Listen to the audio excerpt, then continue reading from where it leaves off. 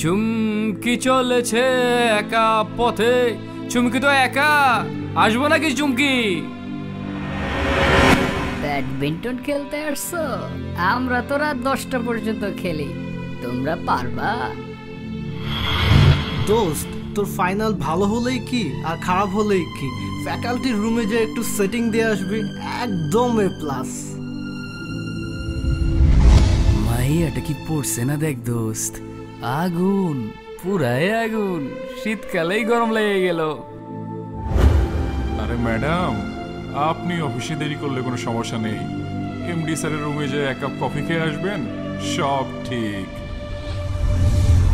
বছরে কয়বার বাপের বাড়ি যাওয়ার আগে তোর এত পিরিতি থাকলে বাপ মায় বিয়া দিছে কেন?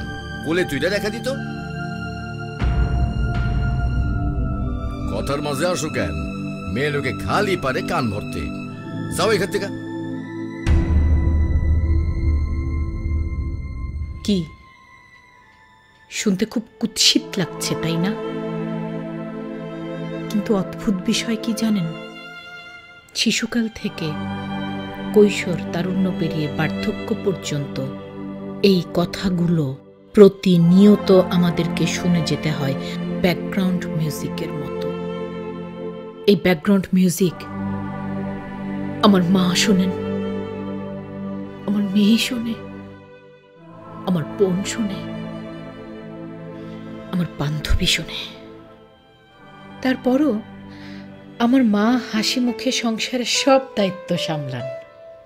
আমার মেয়ে স্কুলে প্রথম হয়, আমার বোন মেডিকেলে পড়ছে, আর আমার বান্ধবী ক্যারিয়ারে সবচেয়ে সফল মানুষ। জীবনের কঠিন পথে আঘাত পেতে পেতে মাথা উঁচু করে চলা মেয়েটির জন্য আপনার কথাগুলো কি এমনই হবে, নাকি আপনার কথাগুলো হবে তার এগিয়ে চলার অনুপ্রেরণা? যে নারীর ভালোবাসায় পরিপূর্ণ হয়েছে আমাদের জীবন, আসুন না তার পথ চলায় আমাদের বলা কথাগুলো দিয়ে সৃষ্টি করি জগতের মধুরতম সঙ্গীত।